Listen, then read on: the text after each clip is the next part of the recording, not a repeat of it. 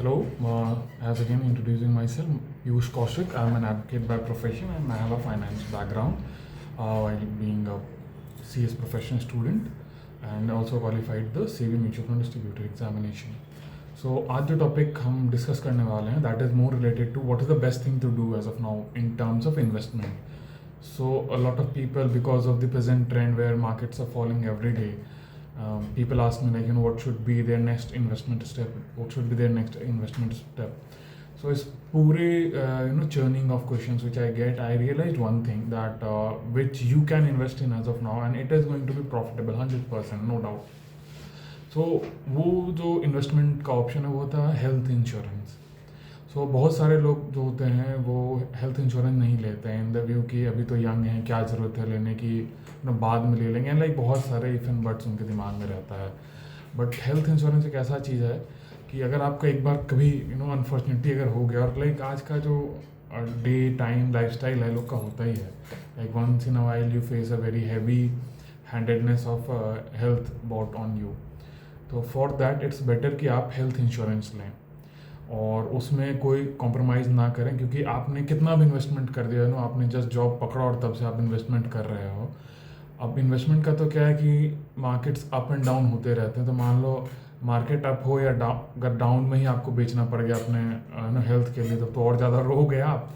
Up में भी बेचना पड़ा तो it is not a good thing, क्योंकि वेल्थ क्रिएशन लॉन्गर पीरियड का काम होता है. It's not something which you can do like until unless आपका लक फेवर वैसा कुछ लक ना हो. तो it is a very long process, वो टाइम लेता है वेल्थ क्रिएशन. तो उस वक्त आप अगर हेल्थ का कुछ भी इशू आता है and you are not able to address it, तो आपका घर बिक जाएगा, आपके जो शेयर्स में लगा रखे हैं सब बिक जाएगा. That is why it's important कि आप एक साइजेबल हेल्थ इंश्योरेंस लें. ठीक है. और हेल्थ इंश्योरेंस जब आप लेने वाले हों तो ऐसे बहुत बार लोग क्या करते हैं अपने पेरेंट्स को भी उसमें इंक्लूड कर देते हैं, स्पेशली अगर आप यंग प्रोफेशनल हैं, आप यंग हैं, अगर आप काम करें, स्पेशली आप प्राइवेट सेक्टर में हैं. तो उसमें क्या होता है, क्योंकि आपके parents upward of 50 upward of 60 होते हैं, तो प्रीमियम जो कैलकुलेट होता है वो कैलकुलेट होता है जो सबसे एल्डेस्ट आदमी होगा उस पूरे इंश्योरेंस का, जो उसको ग्रुप इंश्योरेंस या फैमिली इंश्योरेंस को कहते हैं, एक साथ में जो लेते हैं. तो इंश्योरेंस कैलकुलेशन का जो बेस बनता होता है सबसे एल्डेस्ट आदमी. तो अब क्या है कि जब आप इंश्योरेंस ले रहे हो तो सबसे एल्डेस्ट आदमी आपके फादर हैं, आपके मदर हैं, who is upward of 50 upward of 60. तो जो प्रीमियम है वो बहुत हाई हो जाता है और जो कवरेज अमाउंट होता है बहुत लो होता है. तो सबसे बेस्ट ऑप्शन क्या होता है कि आप अपने पेरेंट्स का लेना है तो आप अलग लो उनके लिए. ठीक है.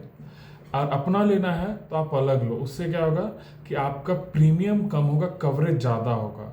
अब इसमें एक चीज़ थोड़ा लोगों को ख़राब लगेगा, बट फैक्ट है कि उनका काफ़ी एक लाइफ का लंबा पीरियड चल गया है. बट ये फैक्ट है, आपको सकता है ये लगे क्या बोल रहा है, बट फैक्ट ये है. तो उनके लिए थोड़ा मतलब प्रीमियम हाई के साथ कम अमाउंट का होगा, बट आपके लिए ज़्यादा होगा क्योंकि आपने अभी अपनी लाइफ स्टार्ट ही की है. You will have to raise your family, you will have to take care of everything. तो दैट इज़ वाई आप अपना एक हेल्थ इंश्योरेंस लो. और हेल्थ इंश्योरेंस में क्या होता है, ओवरऑल 3 ईयर का उसमें एक तरह से कूल ऑफ पीरियड बोल लीजिए, जेस्टेशन पीरियड होता है, जहाँ धीरे धीरे करके सारे आपका मेडिकल इमरजेंसीज वगैरह कवर होता है. तो अगर आप चाह रहे हैं कि कुछ होगा उसके जस्ट बाद ले लेंगे, तो वो हेल्थ इंश्योरेंस वाला भी मूर्ख नहीं बैठा हुआ है. तो they have a 3 years of gestation period.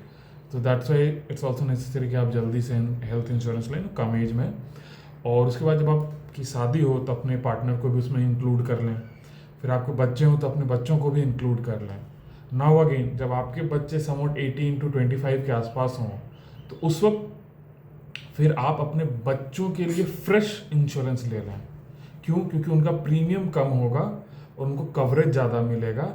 और आपके लिए क्या है, क्योंकि मान लीजिए आपने 25 लाख का इंश्योरेंस ले रखा है, तो 25 लाख में क्या है कि ओल्ड एज में आदमी का एक्सपेंस ज़्यादा होता है मेडिकल के ऊपर. ठीक है. तो 25 लाख के इंश्योरेंस में फिर आपका कवरेज ज़्यादा बेटर मिलेगा आपका और आपके स्पाउस को. और आपके बच्चे लाइक 18-25 दे हैव स्टार्टेड और नहीं भी कर रहे हैं तो you can pay the premium, it's not that high. और बहुत सारा रुपया तो लोग ऐसे ही इधर उधर वेस्ट कर देते. तो बहुत टाइम हैविंग दैट माइंडसेट कि यार ये पैसा तो यूज़ नहीं होगा, ऐसा क्यों सोचे कि बीमार पड़ेंगी. भाई बीमार पड़ोगे.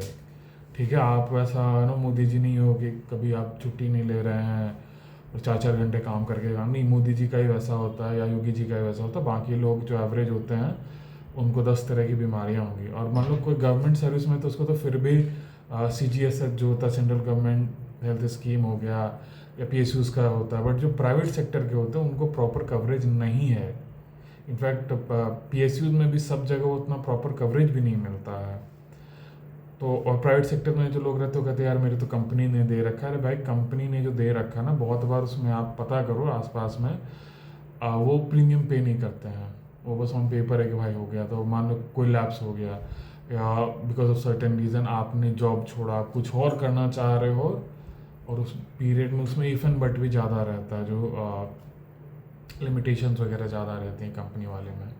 सो दैट इज़ वाई आज के टाइम में जब मार्केट्स आर टैंकिंग डाउन और थोड़ा बहुत सरप्लस कैश आ रहा है आपके पास में, जो मंथली आपका आ रहा है, तो एक जो सबसे बेस्ट इन्वेस्टमेंट जो आप कर सकते हो वो है कि आप अपना हेल्थ इंश्योरेंस लो। ठीक है, और जब हेल्थ इंश्योरेंस ले रहे हो तो इसमें ये देखो कि स्पेशली जो ग्रुप हेल्थ फैमिली के साथ जो लिया जाता है उसमें जब आप ले रहे हो तो ये उसमें देखना बहुत ज़रूरी है कि उसका जो क्लेम सेटलमेंट का रेट क्या है। तो अगर वो अच्छा नहीं है, और हो सकता है उस देयर आर सर्टेन, अब मैं इस वीडियो में नाम नहीं लूँगा, बट देयर आर सर्टेन जिनके क्लेम सेटलमेंट रेशियोज बहुत बुरे हैं, अच्छे नहीं होते हैं, तो उनका नहीं लेना है जस्ट बिकॉज द फैक्ट कि वहाँ पे प्रीमियम कम लग रहा है। क्योंकि भाई प्रीमियम कम लग रहा है, क्लेम सेटलमेंट कम है, कल जब आपको ज़रूरत पड़ेगा तो आपका क्लेम ही प्रोसेस नहीं होगा, तो उस कम प्रीमियम का क्या करोगे। तो हो सकता है थोड़ा ज़्यादा लगे आपको, बट ले लो। एंड रफली 1 साल का अगर आप 15 से 20 हज़ार रुपये खर्च करने के लिए तैयार हो तो बहुत अच्छा इंश्योरेंस कवरेज हेल्थ का मिल जाता है। अगर आप लाइक रफली समवॉट अराउंड 30 की एज तक में भी ले रहे हो तो। हाँ, बाकी बाद में लोगे तो फिर वो बहुत सारा टेस्ट करेंगे, टेस्ट करने के बाद फिर उनको पता चलेगा ये बीमारी है, तो उसमें वो बहुत सारा क्लॉज लगा देते हैं। That is why it's important कि आप कम एज में लो और टाइमली पेमेंट करो, ऐसा नहीं कि पेमेंट ना करो। और उसके बाद जब आप ग्रुप इंश्योरेंस लो तो उसमें एक चीज़ और ध्यान रखने का क्या होता है, उसमें ये भी देखो कि लॉज में क्या लिखा हुआ है कि मान लो आपका कुछ ऐसा ख़राब समय चला कि एक ही फाइनेंशियल ईयर में, एक ही ईयर में आप बीमार पड़े, उसके बाद आपकी वाइफ भी बीमार पड़ी, तो मान लो 25 लाख है, आपने 15 लाख उसमें यूज़ कर लिया, तो ऐसा तो नहीं है कि अगली जब आपकी वाइफ का आ रहा है तो उस पर्टिकुलर फाइनेंशियल ईयर में 25 में 15 के तो सिर्फ 10 लाख रुपए के लिए, तो ऐसा होता है। बट वो एक रिकवरी टाइम्स को शायद बोलते हैं, एग्जैक्ट टर्म मुझे याद नहीं आ रहा अभी।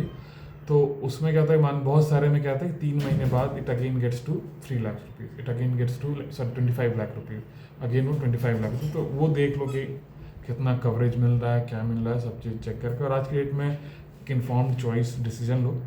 अदरवाइज़ आपका कभी कुछ वैसा अनफॉर्चुनेट हेल्थ इमरजेंसी आया तो भाई घर बिक जाएगा और सड़क पे आ जाओगे, जो भी शेयर मार्केट में म्यूचुअल फंड में इन्वेस्टमेंट कर रहे हो सारा खत्म हो जाएगा।